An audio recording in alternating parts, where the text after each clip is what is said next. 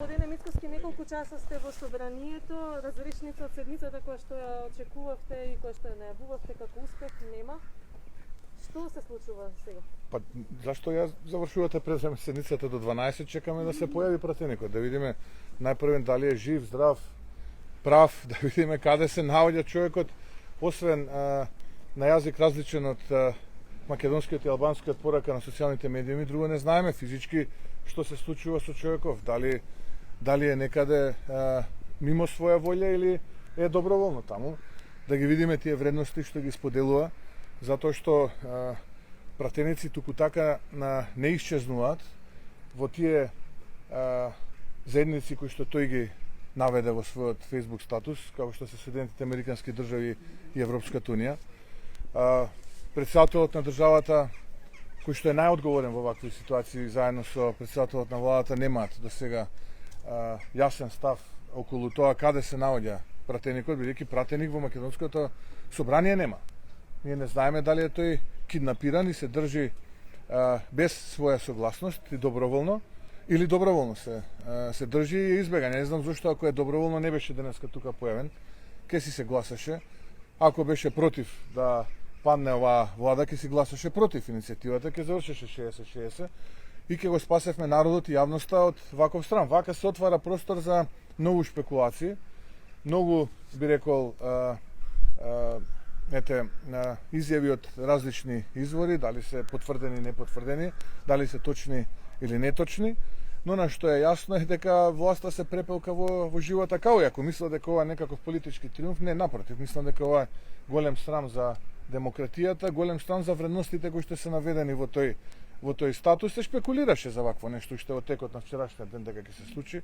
Ако мислите дека не сме го очекувале, тогаш се лажете, го очекувавме. Јас бев денеска на универзитетот, имав часови, па потоа таму дојдов за да се координирам со пратеничката група. Така што, ако се потврди уштенашка трговијата, тогаш со пратеници, тогаш се поставува прашањето дали воопшто вреди човек да се занимава со политика во наша Македонија, додека оваа власт предводена од Зоран Заев постои. Ова е срам и ако се потврди тоа дека е држан надвор од своја волја и дека некаде се наоѓа сега, кој што никој жив не знае каде се наоѓа, тогаш наистина тоа предизвикува едно силно чувство на гадење и им се извинувам од моје име и од името на ВМРО ДПМН на граѓаните што мора да бидат сведоци на ваква, би рекол, циркуска представа која што денеска се одвива тука во собранието. Жалам, простете ми, што морам се уште да бидам дел од еден ваков срам, кој што ние како политичари на вас, граѓаните на Македонија, ви го приредивме. Извинете уште еднаш кон моје. Господине Мицкоски, ако ја велите имате информација дека некаде се држили, се сомневате, дали пријавте во институциите да се лоцира некаде, дали нешто покренато, и второ, дали само ќе чекате господинот Реджепи да се појави до вечер или правите напори некој друг пратеник да даде согласност поточно да биде 61-иот пратеник на ваша страна? Јас немам такви методи какви што ги има власта, СДСМ и ДУИ, да држат во заложништво пратеници и луѓе. Ако е тоа точно, не знам дали е точно, претпоставувам периодот што е пред нас ќе даде одговор на овие дилеми. Нити па на памет ми паѓа на тој начин да преговарам. Јас реков, секој оној кој што мисли дека оваа влада, предводена од СДСМ и ДУИ, е лоша, корумпирана, криминална и влада која што погрешно ги води процесите, слободно може да дојде и да се придружи. Очигледно дека 59 пратеници не го мислат тоа, не се тука во собранието, еден пратеник е исчезнат и не знаеме каде се наоѓа во моментот, а останатите 60 се овдека во парламентот. Така што тоа е тоа, нема што друго да додадеме. Што може да додадеме? Практично кажано ќе седиме до 12 и ништо нема да се случи. Па да чекаме да се појави, да видиме, загрижени сме дали човекот е жив, здрав, да видиме што се случува со човекот. Ако не се појави до вечер? Ако не се појави, треба да даде одговор Министерството за внатрешни работи. Јас како што знам, Билока сами даде една изјава преска, рече дека пријавил. Така, да видиме што ќе се случи.